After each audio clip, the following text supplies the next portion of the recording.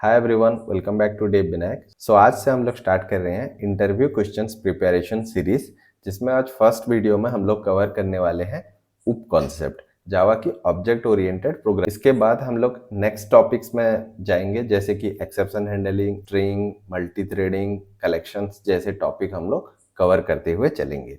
तो आज first video में बेसिक क्वेश्चंस जो इंटरव्यू में मोस्टली पूछा जाता है उन क्वेश्चंस को डिस्कस कर लेते हैं। So let's jump to the first question.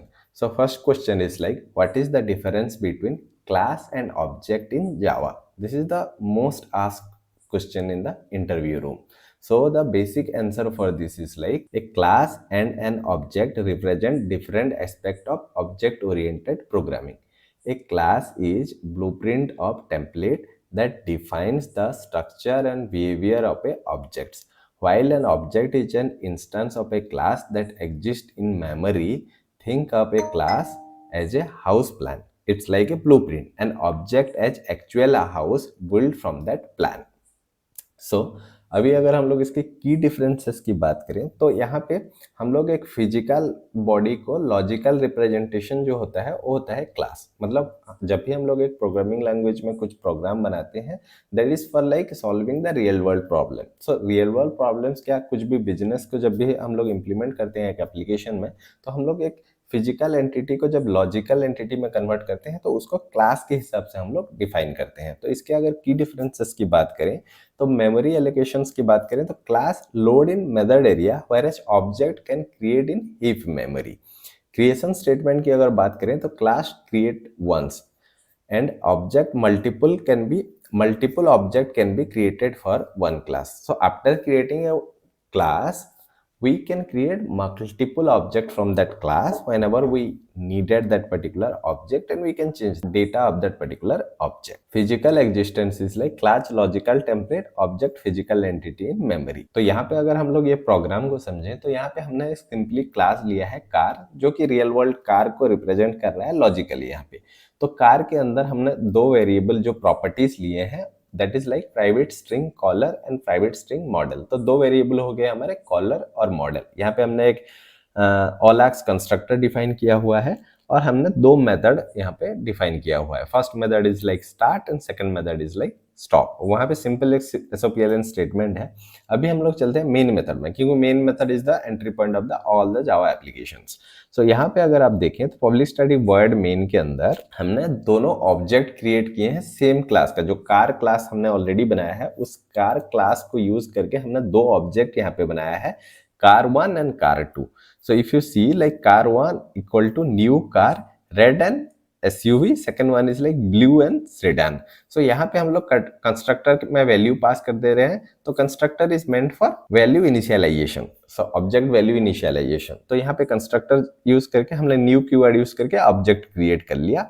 अभी हम लोग car 1 डॉट स्टार्ट अगर कॉल करेंगे तो ये कार ऑब्जेक्ट के पास जाएगा और यहाँ से ये ऑलरेडी वैल्यू कार 1 का वैल्यू हमने ऑलरेडी रखा है रेड एंड SUV। तो हम लोगों को यहाँ पे मेथड में स्टार्ट में जाएंगे तो car is starting, model plus car is starting. तो मॉडल का जो डेटा होगा यहाँ पे, मॉडल में हम लोग यहाँ पे डेटा जो ऐड कर रहे हैं SUV और सेडान, क्योंकि यहाँ पे मॉडल सेकंड प्लेस पे डिफाइन किया गया है और यहाँ पे इनिशियलाइजेशन वैसे ही किया जा रहा है। तो यहाँ पे हमारा जो आउटपुट आएगा sedan, like first one is like car one, so SUV car is starting and second we were calling like car 2 dot stop. इसका मतलब कार 2 का जो डेटा है ब्लू एंड सीडान, तो यहाँ पे जो आउटपुट हमें आएगा सीडान कार इज स्टॉपिंग। तो यहाँ पे आप लोग ये डायग्राम से भी इसको समझ सकते हैं। जैसे कि हमने कार को एक ब्लूप्रिंट लिया था, तो कार के अंदर दो एट्रीब्यूट डिफाइन किया था, कॉलर और मॉडल, और दो मेथड स्टार्ट और स्टॉप मेथड। इसी पर्टिकुलर क्लास को हमने यूटिलाइज करके दो ऑब्जेक्ट बनाया है, ऑब्जेक्ट 1 और ऑब्जेक्ट 2। यहाँ पे जैसे देख सकते हैं हमने न्यू कीवर्ड का यूज करके कार 1 कार 2 ऑब्जेक्ट बनाया है यहाँ पे। और ये है एक्चुअल इंस्टेंस। ये हो गया हमारा क्लास जो कि blueprint of that particular object, और ये हो गया हमारा actual instance object 1 and object 2। Let's move to the next question. Can we declare multiple class in a single Java file? So हमने एक सिंपल जावा फाइल ले लिए, जैसे कि एग्जांपल के लिए स्टूडेंट मैनेजमेंट जब जावा अगर हम लोग लेते हैं तो उसके अंदर हम लोग क्या मल्टीपल क्लास डिफाइन कर सकते हैं? So the answer is like yes, we can declare multiple class in a single Java file but with specific rule and restrictions. there can only be one public class in a file and the public class name must match the file name. Other class in the same file must be non-public, package private. This is commonly used for helper class और closely related implementations. सो इसके अगर हम लोग की points की बात करें तो वन पब्लिक क्लास पर file, file name must be match public class name. Third is like multiple non public class allowed. Fourth one is like inner class don't count in this rule. यहाँ पे अगर हम लोग diagrammatically समझे तो हमने जो फाइल लिया है वो फाइल का नेम हम लोग रख रहे हैं स्टूडेंट मैनेजमेंट डॉट जावा. इसका मतलब जो भी उसके अंदर क्लास हम लोग डिफाइन करेंगे ना, वो क्लास में जो पब्लिक क्लास जो डिफाइन करेंगे, एक क्लास हमको पब्लिक डिफाइन करना है और उसका नाम रहेगा स्टूडेंट मैनेजमेंट, अदरवाइज ये नहीं चलेगा. और उसके अंदर हम लोग मल्टीपल नॉन पब्लिक क्लास लिख सकते हैं और इनर क्लास भी हम लोग वहां पे डिफाइन कर सकते हैं. तो यहाँ पे अगर आप डायग्राम को देखें तो पब्लिक क्लास स्टूडेंट मैनेजमेंट हमने क्रिएट किया और वहां से हेल्पर क्लास स्टूडेंट वैलिडेटर हमने डिफाइन किया है और हेल्पर क्लास और एक हेल्पर क्लास स्टूडेंट फॉर्मेटर भी डिफाइन किया है और दो इनर क्लास हमने डिफाइन किया है स्टूडेंट बिल्डर और स्टूडेंट कंपैरेटर. तो इसका इम्प्लीमेंटेशन को हम लोग अगर देखें तो यहाँ पे आप देख सकते हैं कि हमने public class student management define किया जो कि फाइल नेम के साथ मैच कर रहा है. उसके बाद हम लोग यहाँ पे मेथड डिफाइन कर रहे हैं एड स्टूडेंट और उसके बाद हमने यहाँ पे इनर क्लास लिया है. तो यहाँ पे अगर यहाँ पे देखेंगे तो इनर क्लासेस हमने डिफाइन किया है स्टूडेंट बिल्डर और स्टूडेंट कंपैरेटर. तो यहाँ पे देखेंगे स्टूडेंट बिल्डर हमने डिफाइन किया है यहाँ पे और स्टूडेंट कंपैरेटर भी हम लोग यहाँ पे डिफाइन कर सकते हैं. और यहाँ पे जो हेल्पर क्लास हमने लिया है स्टूडेंट वैलिडेटर और another helper class student formatter, जो कि हमने ऑलरेडी बताया था स्टूडेंट फॉर्मेटर और स्टूडेंट वैलिडेटर. तो ये इम्प्लीमेंटेशन आप अगर एक फाइल में डालते हैं तो यहाँ पे आपको कोई भी एरर या एक्सेप्शन नहीं मिलेगा. Let's move to the next question. Next question is like what is object cloning and how to implement it. So the object cloning in Java is a process of creating an exact copy of an object. It's create a new instance of that same class with an existing copy of the value in the original object. The clonable interface in Java is used to grant permission for cloning and provides the clone methods. There are two type of cloning, shallow cloning and deep cloning. So यहाँ पे हम लोग एक object है तो उस object का एक मतलब एग्जैक्ट कॉपी क्रिएट कर सकते हैं यूजिंग क्लोनेबल इंटरफेस और वहां पे जो प्री डिफाइंड मेथड होता है क्लोन मेथड हम उसको यूटिलाइज कर सकते हैं. तो अगर यहाँ पे देखें आप तो यहाँ पे आप देख सकते हैं ये first one is this is the original one. Original में क्या है एम्प्लॉय ऑब्जेक्ट. ठीक है, एम्प्लॉय ऑब्जेक्ट के अंदर हमने नेम डिफाइन किया है, एड्रेस डिफाइन किया है और हमने रेफरेंस उसका इंक्लूड किया है. और यहाँ पे आप देखें तो ये शैलो कॉपी है और ये डीप कॉपी है. ओके श्योर, इसको आप समझ सकते हैं स्क्रीन को होल्ड करके. सो यहाँ पे इसका इम्प्लीमेंटेशन हमने ऐड किया है. ओके सो ये इम्प्लीमेंटेशन भी आप देख सकते हैं. तो यहाँ पे फर्स्ट जो एम्प्लॉय हमने डिफाइन किया है उसको हमने इम्प्लीमेंट्स किया है क्लोनेबल इंटरफेस से और वहां पे हम लोग दो वेरिएबल डिफाइन कर रहे हैं. Like first one is like name and second we were defining address that is of type address only. और यहाँ पे एड्रेस को आप अगर देखो एड्रेस का डेफिनेशंस को that also we were implementing from cloneable interface और उसके अंदर दो एट्रीब्यूट हमने डिफाइन किया है स्ट्रीट एंड सिटी. और यहाँ पे आप अगर आप देखें तो हम लोग यूज कर रहे हैं क्लोन मेथड. जो क्लोन मेथड हमको क्लोनेबल इंटरफेस के अंदर ऑलरेडी मिला हुआ है. तो हम लोग यहाँ पे रिटर्न सुपर डॉट क्लोन यहाँ पे कर रहे हैं. तो ये ऑब्जेक्ट का क्लोनिंग हम लोग यहाँ से डिफाइन कर रहे हैं एड्रेस के अंदर भी और यहाँ पे एम्प्लॉय के अंदर. तो यहाँ पे अगर आप देखें तो ये है डीप क्लोनिंग का एग्जांपल. तो हम लोगों को एम्प्लॉय ऑब्जेक्ट का डीप क्लोनिंग अगर क्रिएट करना है उसका मतलब क्लोन करना है और यहाँ पे हम लोग अगर डीप क्लोन फॉलो कर रहे हैं तो यहाँ पे employ clone equal to employ super dot clone और clone dot address equal to address dot clone return clone object. Okay, let's move to the next question. What is the difference between shallow copy and deep copy? So last question में हमने discuss किया था कि हम लोग object copy कैसे कर सकते हैं और इस क्वेश्चन में हम लोग डिस्कस करने वाले हैं कि वो जो शैलो कॉपी और डीप कॉपी, क्योंकि हमने लास्ट क्वेश्चन में देखा था कि हम लोग ऑब्जेक्ट कॉपी दो तरीके से कर सकते हैं, शैलो कॉपी और डीप कॉपी. तो अभी हम लोग इसको समझते हैं कि शैलो कॉपी और डीप कॉपी के बीच में डिफरेंस क्या है. Shallow copy and deep copy represent different way of कॉपिंग object in Java.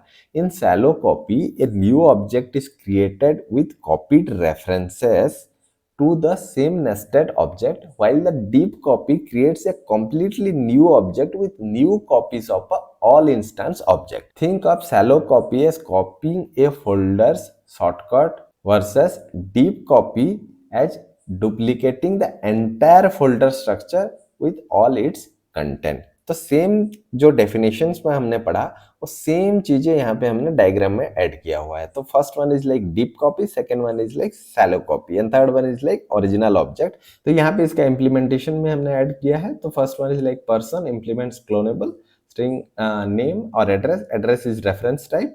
Again the address implements from clonable.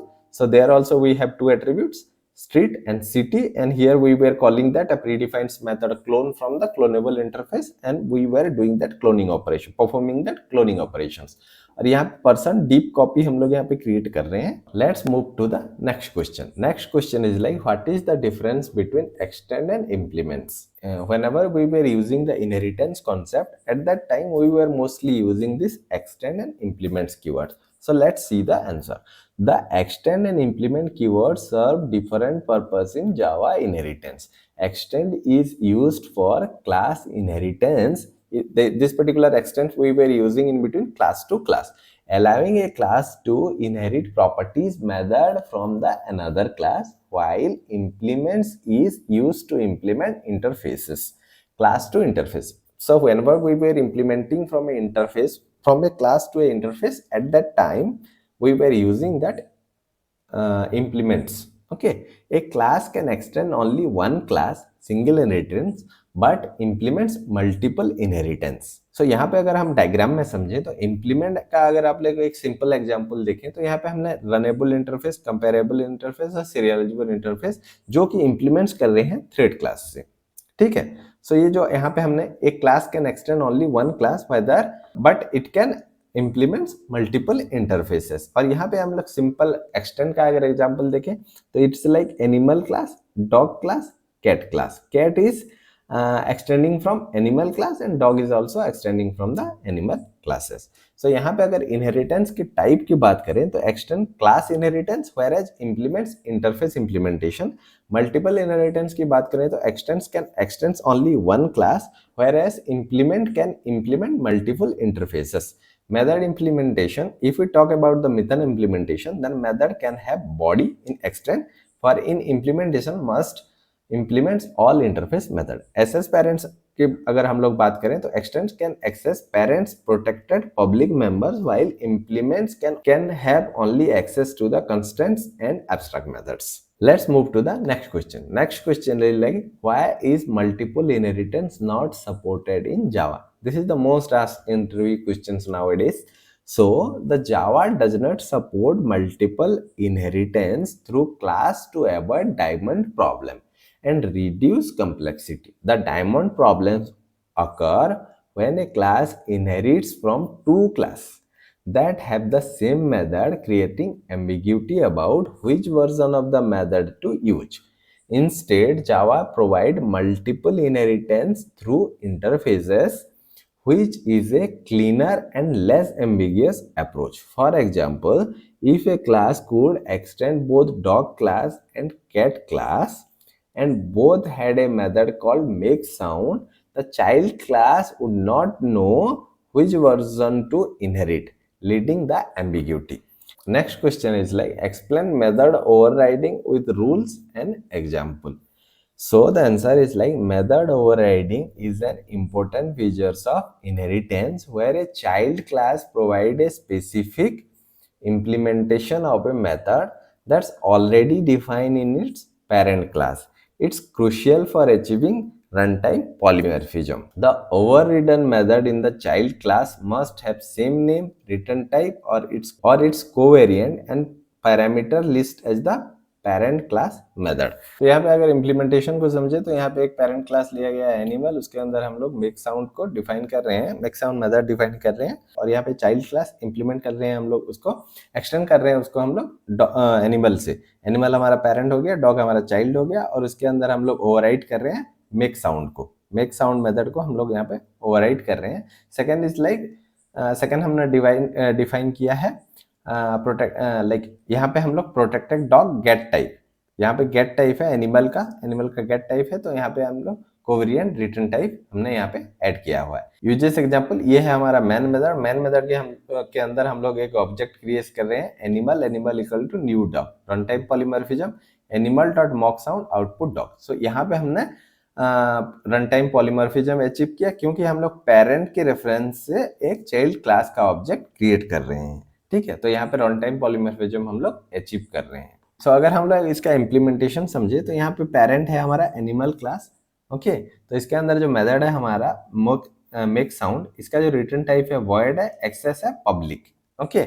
और यहाँ से एनिमल क्लास के अंदर से हम लोग डॉग क्लास और कैट क्लास को यहाँ पे एक्सेस, मतलब कैट क्लास और डॉग क्लास यहाँ से एनिमल को एक्सेस कर रहे हैं। और इसका चाइल्ड क्लास के अंदर जो ओवरराइड मेथड है, तो यहाँ पे मेक साउंड जो ओवरराइडेड मेथड है जो कि ऑलरेडी एनिमल क्लास के अंदर प्रेजेंट है, तो उसका जो same signature same covariant return type, same signature same covariant return time हम लोग यहाँ पे यूज कर रहे हैं। आप इसको पॉज करके डायग्राम से और कोड को रिलेट करके इसको समझ सकते हैं।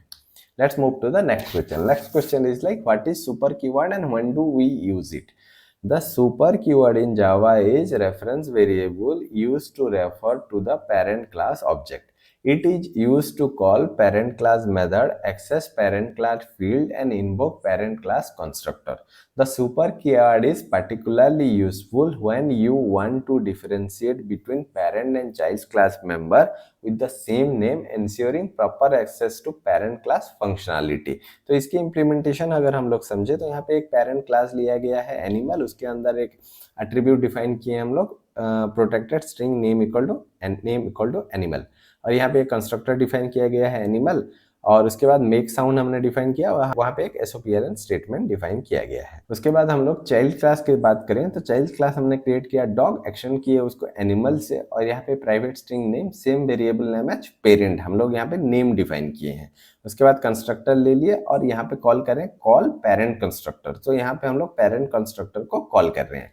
Public void display information system child name equal to this dot name और सुपर डॉट नेम, तो यहाँ पे this dot name same class same object reference को, और सुपर मतलब सुपर क्लास के ऑब्जेक्ट रेफरेंस को हम लोग यहाँ पे कॉल कर रहे हैं। Super dot make sound call parent method, whereas make sound call child methods. Let's move to the next question. Next question is like what is the difference between method overloading and overriding?